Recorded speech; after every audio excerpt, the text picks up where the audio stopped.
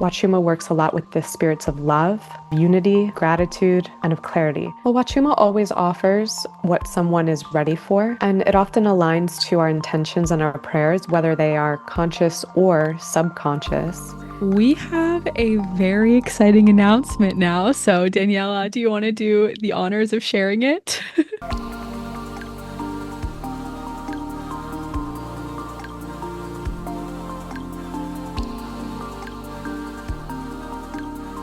Alignment Academy, welcome back to another episode. I am beyond excited and elated to share this with you because I am bringing on someone who I consider a mentor to me. Her name is Daniela Gil, and she's a psychic intuitive channel, also known as a psychic and a healer's healer. She worked with many esteemed teachers and leaders in the fields of spirituality and wellness. She's a Wachumera, and I went on her Wachuma retreat in Peru that I shared with you guys about last was it December or January? I think it was January. I haven't brought her on yet because I was waiting for the right time, but it finally is here. And before we even get into it, I'm just going to introduce you to her. So, welcome to Alignment Academy, Daniela. Yay, I'm so glad to be here. Thank you, Kristen. Thank you. So, what first called me to Daniela's work was I actually listened to her on a podcast. And if you guys can imagine, I am pretty picky with the people that I learn from or the retreats that I go on. It's really important for me to just feel the purity and that whoever I'm working with has also done their work and just has a clear channel to God. And so I really felt that with you. And so the first thing I really want to ask you, Daniela, is have you always been a psychic? Where did your gifts begin? I was born extremely psychic, very telepathic. I have so many memories around being freakishly psychic from when I was a little girl and up until kindergarten, first grade. But I shut it down after that. And then I didn't open up my psychicness again until I was about 17. And when I was a little girl, I was really obsessed with spirituality. My dad jokes when he used to put me to bed, he used to work all day, get home from work late, and he would get home in time to put me to bed. So that was like the special time I had with my dad when I was a little girl. So he would like put me to bed and we would talk, and he said it would give him existential dread because I would just be obsessively asking questions about like if God created us, then who created God? Like, and just so many questions about reality. Why does God allow this? Why does God allow that? How did God come into being? Where did we come from? What happens when we die? So he said it was tough. Wow. And when you were Yeah. 17, how did you open it back up? I started meditating. All I did was meditate for the first time in my life, and I had a massive spiritual opening and psychic opening. And then I started receiving messages for people and started seeing things from a radically different perspective. I remember walking through my hallway in high school and being like, oh, duh, we are all one, and having these profound spiritual experiences. And I was actually put on pharmaceuticals. Because they thought you were crazy? Yes. Because I was Wow. having like almost a manic episode, but it wasn't really manic by definition because I was still sleeping, I was eating, I was healthy, I was fine. I was just having this after a period of time of struggling with depression and anxiety. Wow. And So it was so interpreted as bipolar, mental illness. what happened after that? I started taking pharmaceuticals. I was told, I swore, I was like, there's nothing wrong with me. I am saner than ever. And I was told that if there was sincerely nothing wrong with me, then the pharmaceuticals would have no negative effect on me, but that I should take them anyway. So I was like, okay. And I started taking antidepressants and different pharmaceutical drugs. And I developed an addiction to Xanax because they put me on Adderall because I couldn't focus as well. So then they gave me Adderall. And then with the Adderall, I developed anxiety and I couldn't sleep and I couldn't relax. So then they gave me Xanax. And then I was on a whole cocktail of pharmaceutical drugs, and I stopped taking them after about 2 years when I realized I had lost my empathy. I Mm. started experiencing more anger. And I felt like when I was younger, my anger was contained by empathy and compassion. And I just realized I think I was a freshman in college. I got really angry and I was like, I don't have compassion or empathy. And I have a feeling it's all these drugs that I'm taking because I also didn't, I was always happy, but it was like a false happy. I stopped remembering my dreams. I stopped having clear intuition and psychic sight. Things in my life were getting messy, and I had enough awareness, thank God, to observe that and then get off the pharmaceutical drugs. Wow. So it sounds like, I actually didn't know that part of your story. It sounds like God kind of put you through the ringer before your gifts fully opened up. So I'm guessing after that you fully stepped into your gifts when you were off the pharmaceuticals. Yes, little by little, I did struggle with addiction. I was actually addicted to opiates and I was drinking a lot, so that had me in a different state for a period of time. But through that experience, I really got to know the hell realms and I got to know what it takes to like emerge from what felt like the hell realms into a more heaven on earth type of consciousness. So I do feel that that time in my life was incredibly fruitful. It's actually part of my path. When you say the hell realms, are those lower states of consciousness, or what are you referring to? When I say hell realms, a memory comes to mind. It's kind of vulnerable to share here, but I was addicted to opiates. My boyfriend at the time had also gotten addicted to opiates. He was doing heroin at that time. We were so high one night. We were fighting. We were yelling at each other. We got violent with each other. That's what I mean, like fully possessed. Like Mm, like two innocent kids that were once in love and had this like pure, innocent, sweet, adorable love now suddenly like I mean, it felt like a demonic possession with like aggression and violence and meanness and cruelty. And that was just like the world I was in. And it felt like there was no way out. And it was endless suffering. It was like, doing the drugs all night and then throwing up all morning and just feeling terrible. And then the relief with the drugs and this like cycle of hell, of suffering, of pain, of despair. And as I reflect, it was like dark demonic behavior. wow. That's so interesting because the person that I know sitting in front of me today is so different from that experience that you're sharing. The whole time I was having that experience, I knew I was like, I need to get myself out of here. Like I remember I was reading Louise Hay's, like addicted to opiates, and I was like, I'm gonna heal my life. That was the book, like Heal Your Heal your Life. life. Yeah. And all day long, I was like, getting high, but reading Louise Hay's. So there was always a part of me Mm. that was like connected, and there was definitely a part of me that was like, this is so wrong. I can definitely relate to that. In college, when I was drinking, 5, 6 days a week with my friends, there was always a part of me that just knew that wasn't me. And I remember I would like before I would go out and drink and I'd have like probably a drink on my nightstand. I'd be like in my bed pulling my oracle cards, my tarot cards, and like, on my nightstand is like Wayne Dyer's book, Conversations with God. Like I always had that part of me, but just sometimes you are not connected to it, but you always like have it in you. Always. You know how Facebook gives you the memories? Mine from that time period are so hysterical. They're like, I love life so much. Like, we are all one. Meanwhile, I'm Oh like, my gosh. so deep in the portal of addiction. Wow. Wow. I actually did not know those stories about you. So thank you so much for opening up so vulnerably. And, I think that it's beautiful how much you've transformed and it's just like a testament to all the work and the spiritual growth and the plant medicine that you've probably done.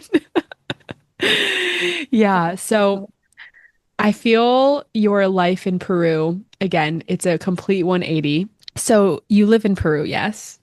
In the Sacred Valley. In the Sacred Valley. When did you move to Peru?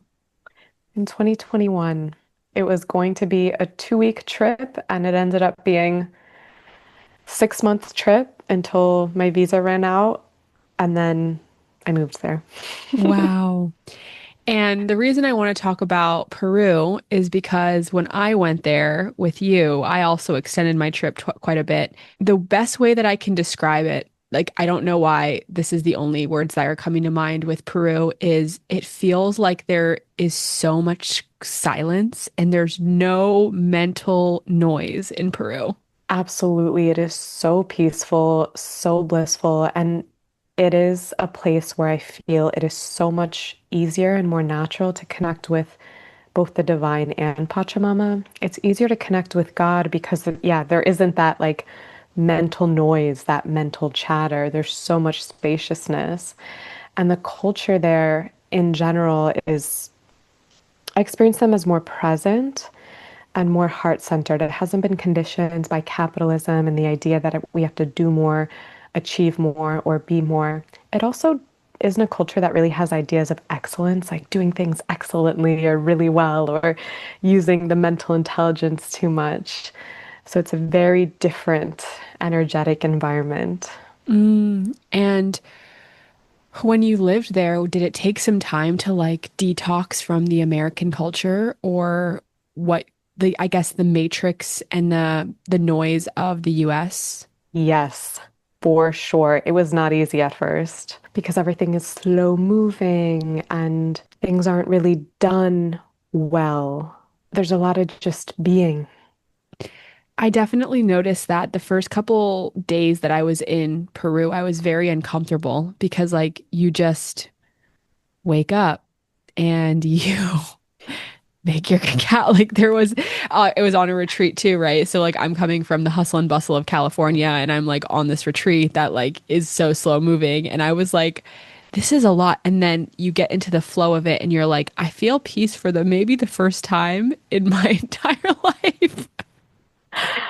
When I moved to Peru, I had all these like minor health issues. They were all minor, but I had digestive challenges and I was slightly hypothyroid and I felt like I would get tired easily. All of that healed. And I realized I just needed deep peace and to Mm. move at the speed of nature. And then, like, optimal physical health occurred pretty quickly. Things that I couldn't heal, like 5 years, going to naturopaths, supplements, diets.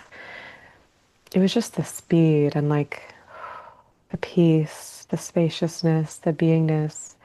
That was all I needed to optimize my physical health. Yeah. So when I went to your retreat, I sat with Wachuma for the very first time in my life. When I met you, you seemed so kindred to the spirit of Wachuma. Like you felt it felt like it was like your soul medicine. And yeah, like how did you start working with Wachuma? Actually, before we even start that, what is Wachuma for anyone who's like, I've never heard this word, Wachuma. I'm not familiar with plant medicines. What is Wachuma? Wachuma is a cactus, and it's an ancient plant medicine that has been communed with and prayed with for a long, long, long time, especially in the Andes Mountains. My relationship with Wachuma is quite new. I first drank Wachuma in 2020. So that was only 5 years ago. But before then, I had been working with ayahuasca. I had a deep relationship with the plants. And as soon as I experienced Wachuma, within 1 hour, I was like, whoa, this is my soulmate plant ally. I knew it. It was a remembrance. It was an instant connection. It was a bond that was so deep. There was a deep comprehension and understanding between my consciousness and my way of living and perceiving life and Wachuma. So that's one of the reasons why I felt inspired to move to Peru. I was living in Hawaii and it was really difficult to leave my life there. I was so attached to like the mountains and the ocean and the tropical weather and the community. But Wachuma called me. The Andes Mountains, the Sacred Valley, it's where Wachuma grows. It's where it's been communed with for thousands of years. So that spirit is so present and alive there. And Wachuma is a medicine that is known to be really heart opening. It tends to be more grounding than other medicines. People refer to it as the medicine of integration. Sometimes people use Wachuma after ayahuasca to integrate all that they've received. I love that we can commune with Wachuma while hiking, while praying, while singing.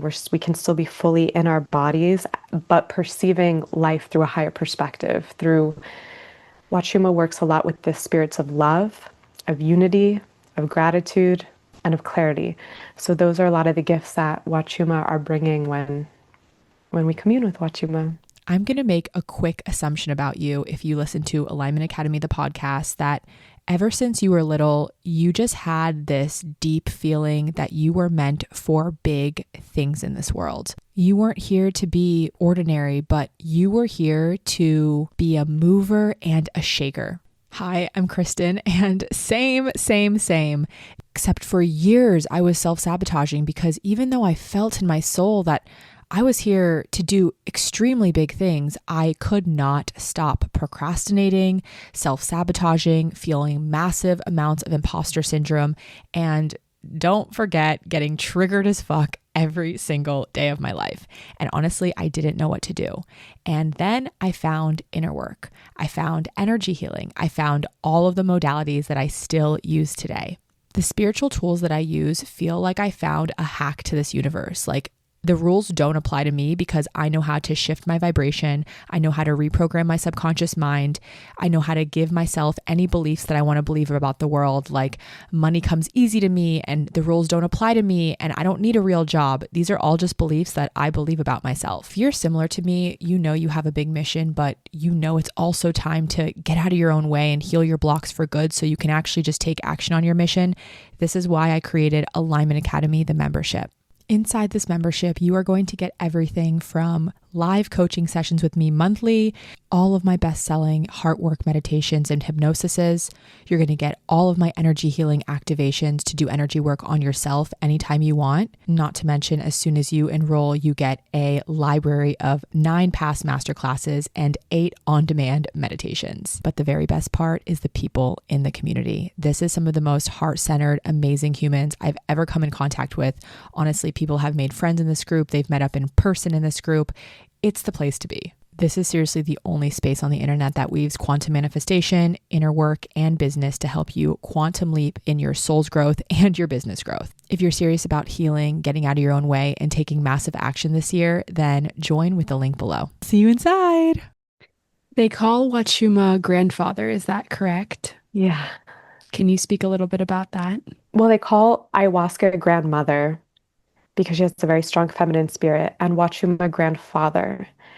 I personally feel Wachuma as very masculine and very feminine because I feel the connection to Pachamama. I feel that like feminine divine love, and then I feel a consistency, a reliability, a patience, a spaciousness, a holding, something that I attribute to masculinity. I feel both, but one of the reasons it's referred to as grandfather is because it's known to be an ancient teacher, Mm. incredibly wise, like a grandfather, like knows all, has seen it all. Meanwhile, mushrooms, they call them the sacred children. Mm-hmm. And I really feel that like the frequency of mushroom is like children, inner child. I feel so connected to my inner child after I do mushrooms. And it's interesting because unknowingly, when I was signing, I kind of signed up for your retreat pretty blind, to be completely honest. Like I didn't really know much about it. I was just kind of like following my heart. But my biggest intention that I came into your retreat with was to heal the relationship with the divine masculine and to heal my father wound very deeply. And I definitely felt there was a significance. I felt that there was a significance in everyone on our retreat that they were dealing with like matters of relationships, whether that was the relationship with their children. For me, it was my relationship to the masculine, their relationship to their own inner masculine. I remember there was just a lot of dynamics of figuring out relationships in general. Why does Wachuma help us with relational healing? It's very heart opening, and it's a medicine that offers spiritual clarity, spiritual perspective, but in a grounded, embodied way. Mm-hmm. So while ayahuasca may have you remember that you are the goddess that gave birth to all, Wachuma's opening the spiritual clarity from your human personality so it points it towards your relations. Your relationships to other people, is there love there? Are you remembering the truth of unity? Your relationship to the earth, your relationship to your own body, your relationship to the past. I think that's why we experience it in a more relational way because it is a more embodied, grounded medicine. That was definitely my experience too. You know, I had no idea what to expect, but I work very closely with mushrooms where you're going into a portal and you're not fully integrated in your body. You're actually leaving your body and you're traversing through these realms, some good, some bad, but it's very out of body experience. And then with Wachuma, you know, we're on a hike in the Andes Mountains and it's safe to say like you are fully there and you are feeling the totality of life. But I think that something that was so beautiful about sitting with Wachuma was that I was completely in my body and feeling the pain and the separation and the inner child wounds and all versions of me. And simultaneously, I was connected to the love of Pachamama, of God, of Source, and feeling so connected to everything all around me. And I thought it was really an interesting medicine because I think like with the medicine I've worked with, you're kind of going in and out, but Wachuma was like it was all together. I was feeling everything. Yeah, I feel like Wachuma has a way where it works differently for everyone. Everyone has different experiences, but what I see consistently is that people can touch upon their wounds, their traumas, their fears, and they're feeling that, they're in that while simultaneously held by love. It's like some people have described it to me as a tantric medicine because it opens you to the unity in all. So you can be in these darker spaces, but you're still feeling divine love. Meanwhile, sometimes with other medicines, you can be in these darker spaces and just be like, ah, like, There's no love here. yeah. With Wachuma, there's always a softening presence, which is why people describe Wachuma as patient, as a kind, more softer, gentler plant medicine. And of course, everyone's experience is different. Sometimes you might say that, and someone's like, "That was so intense." But in general, that is a common experience to have where the love is always present and the like holding is always present, no matter what you're going through. I would say I had a pretty intense experience on my first hike with you. So I've actually recapped the entire thing on a different episode. I shared all about my experience, but for anyone who hasn't listened to that episode, we'll link it below. And I don't know if you remember Daniela, but like I went through a journey of purging, which I think is not normal, right? It's like not normal to purge on it. It's not common, but people do purge. Yeah, It's not as common as other medicines. yeah, I purged a lot, but it was like every time I was purging, I was actually connecting to a different version of myself. Like the first time I was I was really connected to this inner child of mine that was very, very lonely and she was sad and she felt alone in the world. And then I was connecting to the version of me that was in a relationship and in a relationship with her father and her ex-partner. And then I Mm. remember my final purge, I was connected to my ancestors and my grandmother and like the pain of my ancestral lineage. And so when we're saying relational healing, like obviously your journey or your experience is going to be so different from mine, but it just brings you through these versions or these parts of yourself that, to be completely honest, I don't think that I could have ever connect. Like I am an inner child practitioner. I do inner child work like almost every week of my life. And simultaneously, that was one of the deepest inner child healings I think I've ever done was with Wachuma with you. Mm. Wow. Oh, that's Yeah. beautiful. Wachuma ceremonies are quite different from other ceremonies, and I think that they're one of the most beautiful ceremonial practices that I've ever known. Can you talk about the four altars in a Wachuma ceremony, what they do, what they mean, and how someone kind of like embarks on sitting with Wachuma? Hmm. So the four altars, that's a lineage that I practice and work with. The first altar is the altar of gratitude, and it's directed to the spirit of fire. And the fire burns everything that no longer serves us, and it Mm. also starts to bring in light. and it brings in a light that is warm, that illuminates. Oftentimes at the beginning of this ceremony, we're starting to become aware of our unconsciousness and our darkness, our shadows. But because in the first altar we're praying with fire, we're bringing light, warmth to our shadows. So no judgment, no shame, no resistance, simply bringing light to them and bringing warmth to them. And we also have the transmutational power of fire. Fire can transmute anything, it's an element that cannot be tainted. And then we're also calling upon the spirit of gratitude.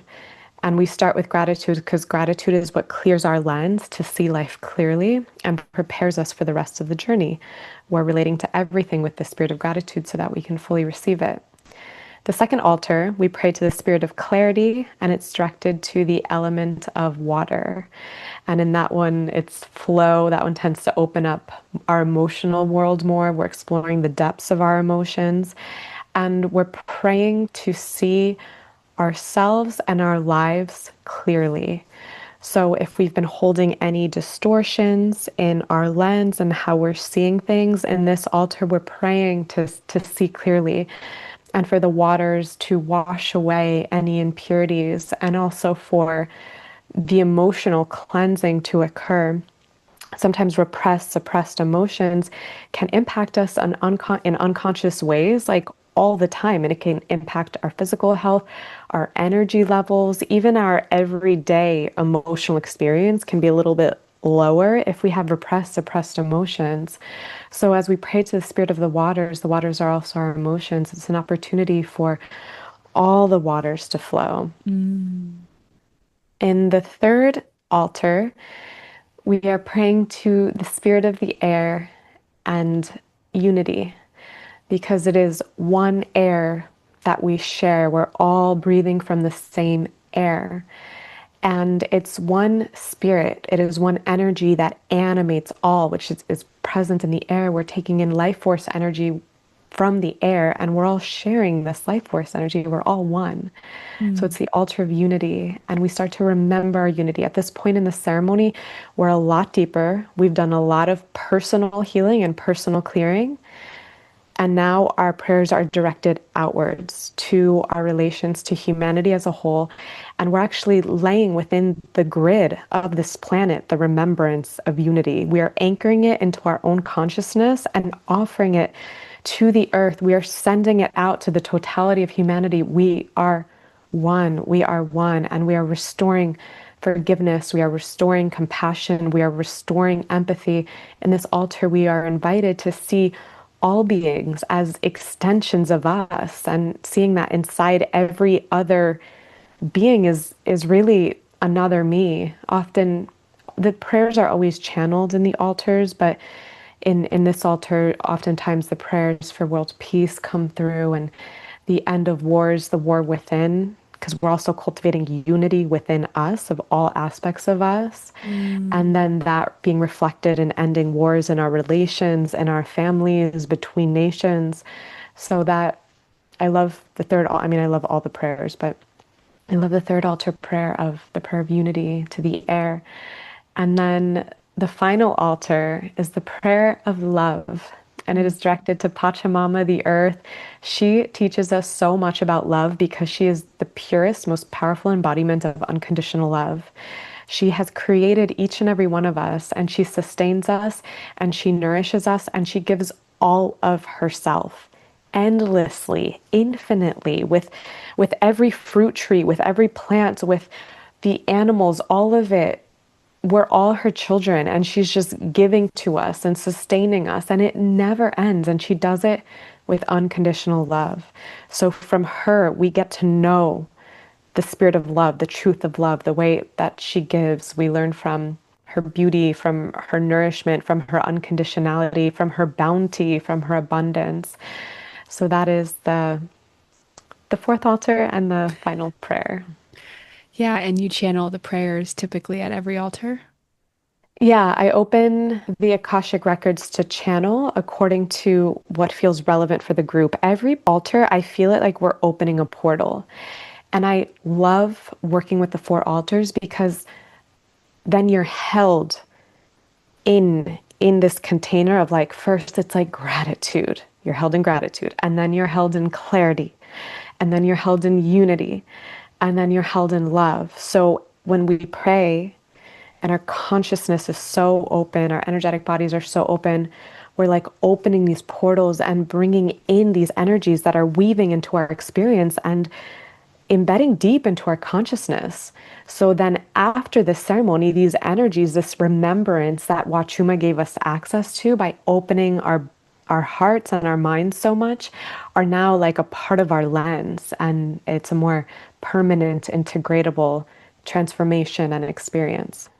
I definitely experienced that in my ceremony, particularly around my relationship to Mother Earth, Pachamama. I was sharing with you that I didn't really have a deep relationship with Earth before I came to Peru. And there were so many times on my ceremony where I was laying on Earth. Like there's nowhere to lay on a mountain, you know? You don't have a bed, you don't have a pillow, and you just kind of like put your body on and you're sitting at the altar and you're listening to prayers. And there's something about that state where you're feeling so held within yourself and also the embrace of God and Pachamama. And I feel that since that experience, I totally understand what you're saying of now that frequency is embedded in me. And now, like, I see life through the lens of being connected to God and the oneness of the air and the oneness of, like, all of the altars had something to teach me and to give me that I have brought back to my life. And I'm seeing things from the higher perspective of God and just a little bit closer to the perspective that God wants for us on earth. So that was really like a beautiful gift for me. Yes. Hey, I love to hear that. If you're enjoying this episode, then I have a quick offer for you. I would love to gift you my free meditation, Release Anxiety and Trust the Universe. And this meditation has been so pivotal for me when I was going through my rock bottom or when I'm going through a moment of uncertainty in my life. And I would love for you to try this meditation out absolutely free. All you have to do is rate the podcast 5 stars, go follow my podcast Instagram page at Alignment Academy Pod on Instagram, and then send me a screenshot of your 5-star rating or review, and I will send you the meditation, no strings attached.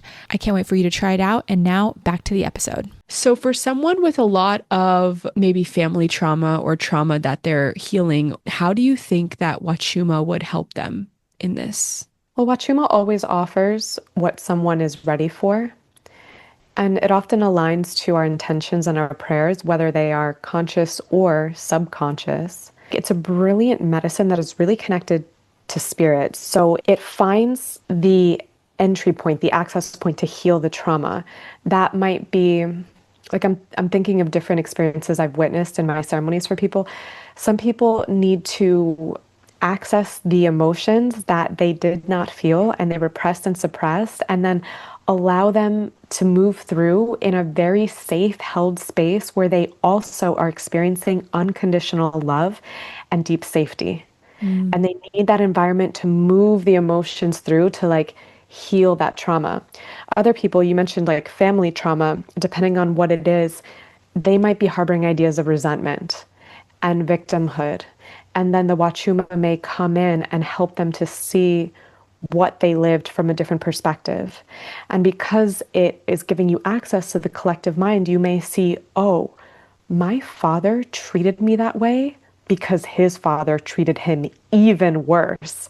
And then you might see, oh, my father actually did his absolute best, even though he was like yelling at me and beating me or whatever someone's story may be. And then you might dive into, first you might have compassion, forgiveness, really seeing him, really feeling him. And then Wachuma may show you that you are so worthy of love and you internalize these ideas about yourself because of that experience. And it'll help you see the truth. You'll see it all with clarity. So then you can let the past be the past. Wachuma is continuously bringing us back into presence, and it's allowing us to let go of the past so that it doesn't hold us back from the heaven on earth consciousness that Wachuma gives us access to and leads us into.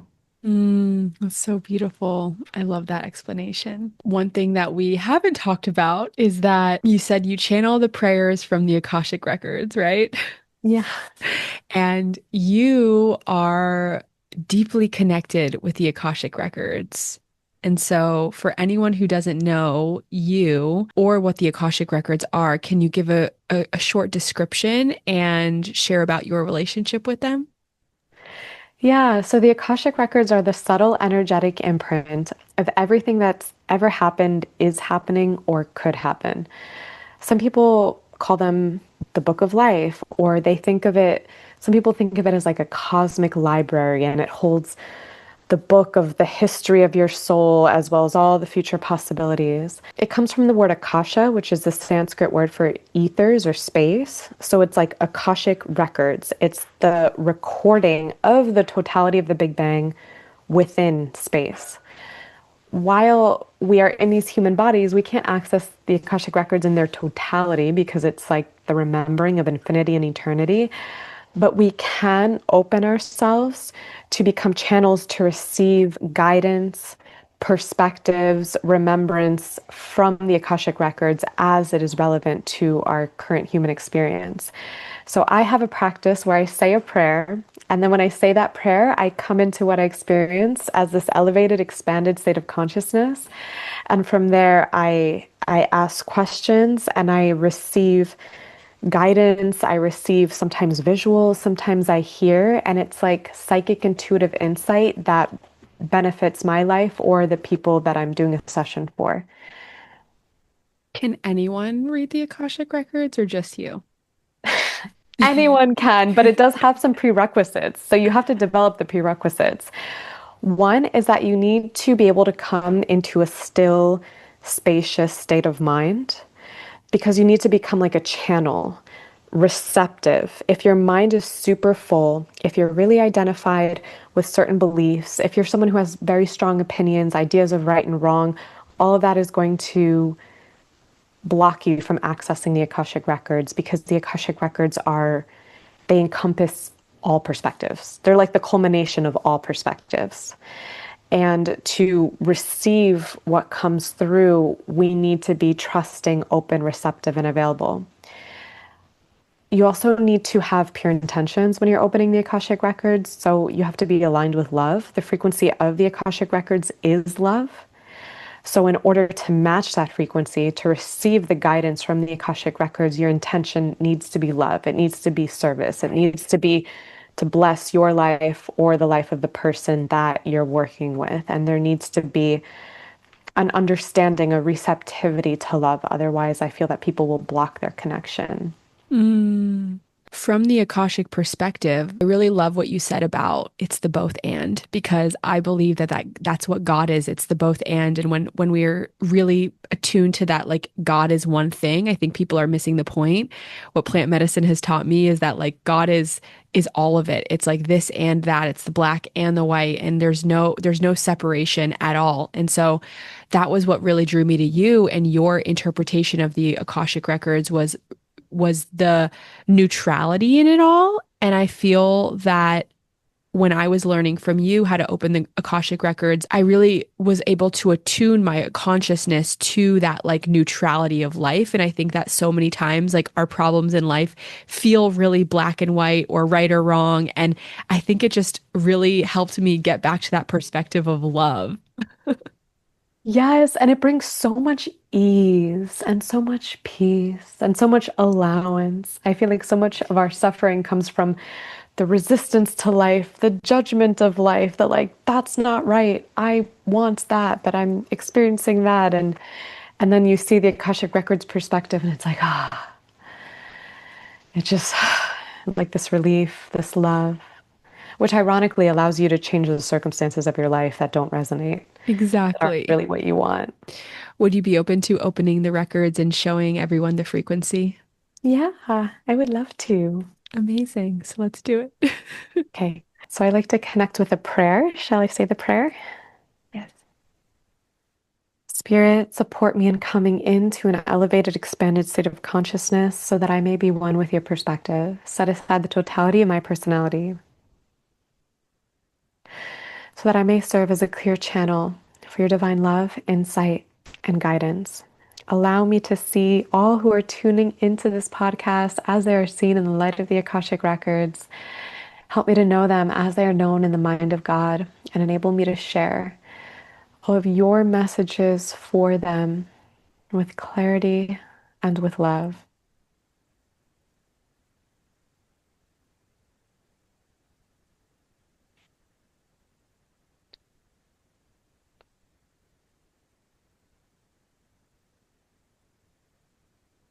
And so it is. The Akashic Records are now open. I'm just going to ask you some questions. Yeah. Why do we go through hardship in life?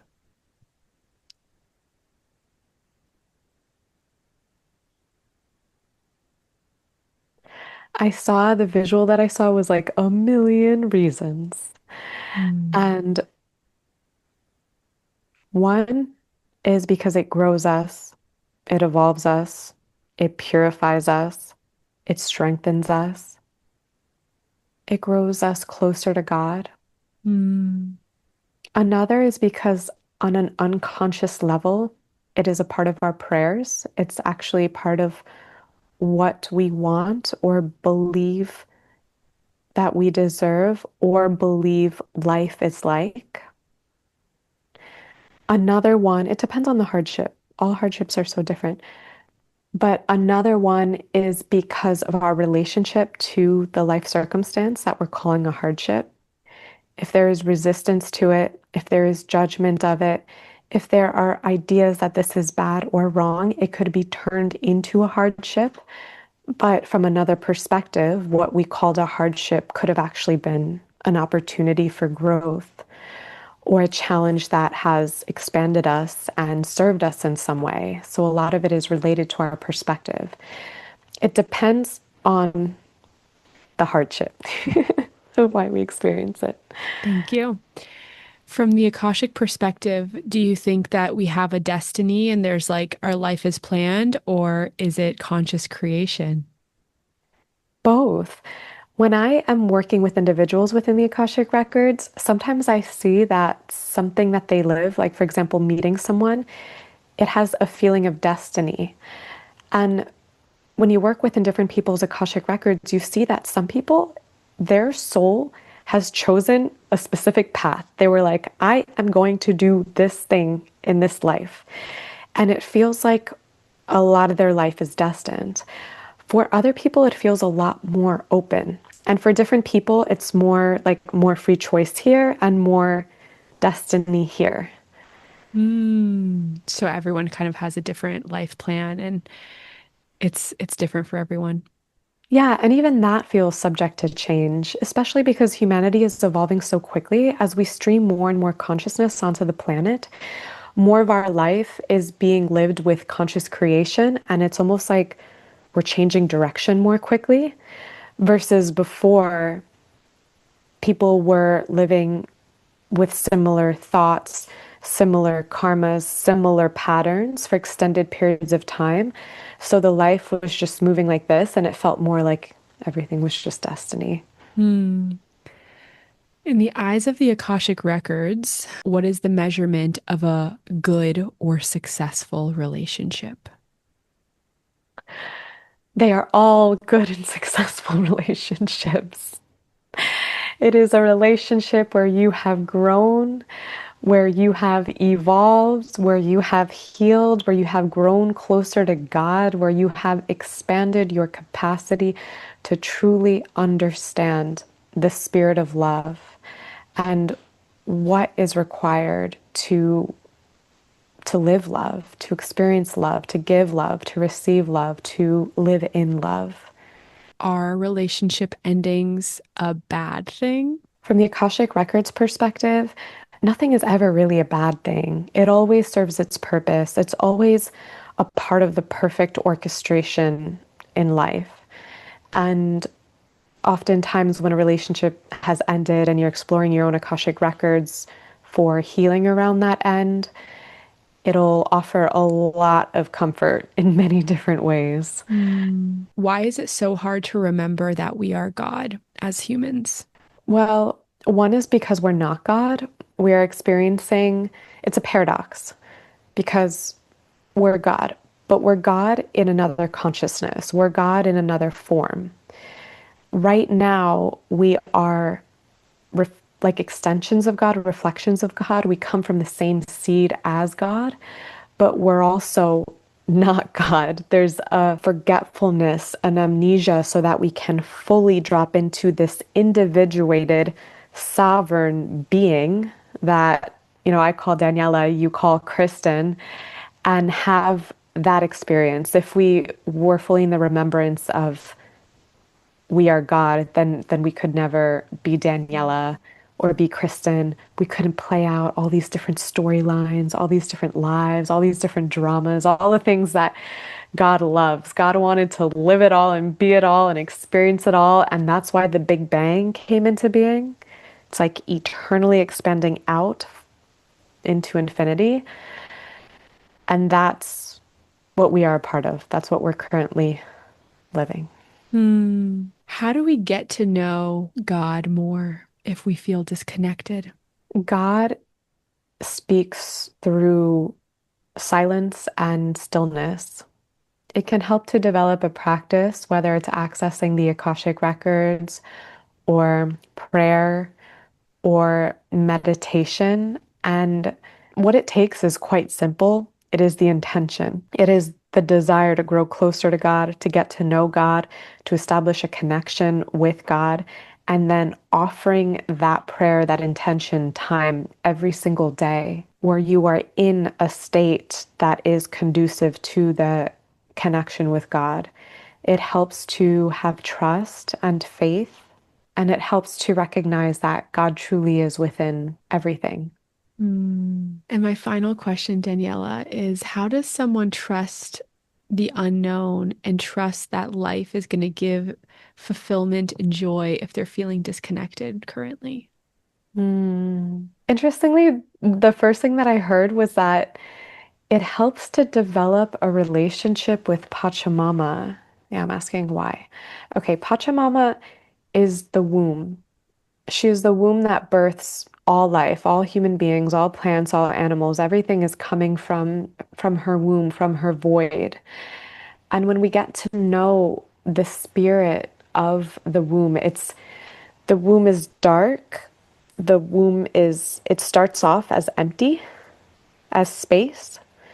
And then from there, all life grows. So the womb is the unknown. Space is the unknown. It's dark and it's empty. That's what the unknown feels like. It's dark and it's empty. If you get to know the womb, if you get to know Akasha, get to know space, you realize all life comes from the unknown. And then the trust in the unknown is natural.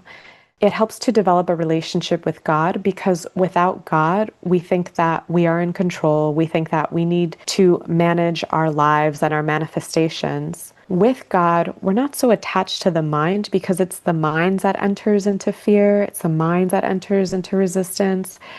When we're surrendered and in trust because we have God with us, we have that connection to God. God is always with us, and that connection is always there. We just develop our conscious awareness of it. So, through our conscious awareness of it, it's easier to live more surrendered, more in flow. It's easier to have trust and faith in moments of difficulty and challenge, and moments where everything that we've known or things that we were really attached to gets stripped away from us. In knowing God, you get to know the benevolence of God because in knowing God, you realize that you are God, God is you. So God loves you. God wants to bless you. Why would God take something away that He's not going to replace with something greater? It's in getting to know God and growing closer to God, it's a lot easier to go through really difficult experiences. Even a difficult experience like a loved one dying. They died in an accident, if they died really unexpectedly, they were young. These are some of the most challenging experiences that people go through, the grief of a loved one or the grief of the death of a loved one. And in getting to know God, there's a knowing that, oh, death is a birth into reunion with God. Mm. And so the grief hits different. because inside the grief, there's also the love and the celebration for the loved one that has passed on, and this knowing that they are fine. Their soul is fine. The soul is eternal. They are now one with God. So that's an unknown that I think really freaks people out, what happens after death. But when we get to know God, we get to like trust in that rebirth process that is death. Oh. Something that you said, I have one more follow-up question is that, God is always going to replace what he's taken with something better. Do you think that we sometimes block our blessings? I think that we can block our blessings. We delay our blessings is what I think is most common. If something is being stripped away from our lives and we are attached and holding on and focusing on it and feeling the frequency of loss, of loss, of loss, of loss, of like pain, of I need that, then what the new that was wanting to come in and bless us, we're not an energetic match to receive it. Hmm. God wants to bless us with everything that we desire, but we have to be an energetic match to receive it. Like reality can't override what we're emanating energetically. Yeah, that's such So a I good think that's answer. one, yeah, when we can delay our blessings. Thank you so much for all of those answers and opening the Akashic Records for us. Yeah, that was fun. Thank you, love. Do you have any one last message for Alignment Academy and all the souls that are going to listen to this podcast? Like if is there a collective message maybe from the Akash? What I heard was life is love, but permission, invitation to focus on love. Make love your priority. Allow it to be the foundation from which you act and create and do things, the foundation for your relationships, the intention for your life. And you'll find that everything else will come into place. If you're wanting to manifest more success in your business, that'll happen with love. If you're wanting to heal your physical body, that'll happen with love. If you're wanting to experience more elevated emotions, that happens with love. If you're wanting to experience healing in your relational dynamics, that happens with love. So much occurs with love, and sometimes people can start to focus on other things thinking that that's going to bring them what they really want, but at its at our core what we really want and need is love, and what's most Mm, healing is love, and what is most activating of our creative power and potential is love. wow. What aligns us with abundance, prosperity in a way where it actually gets to be a blessing in our lives, it's love. So beautiful. Yeah. Love really does heal everything. Yeah. Well, thank you so much, Daniela. For all of my community and my listeners, we have a very exciting announcement now. So, Daniela, do you want to do the honors of sharing it? I am so excited to be co-hosting a retreat with Kristen in the Sacred Valley of Peru, January 2026. Retreat weeks are always the best weeks of my life. So much transformation, so much healing, but at the same time, so much laughter and love and togetherness and just growth in these really magical, miraculous ways. And I'm so excited to like co-create the container with you Mhm. and to be hosting with you. From someone who has gone on one of Daniela's retreats, who is a retreat host, I'm telling you guys, this retreat is going to be unlike anything you've ever experienced. I mean, the Sacred Valley of Peru is one of the most healing and magical places I've ever been, and that's where we'll be.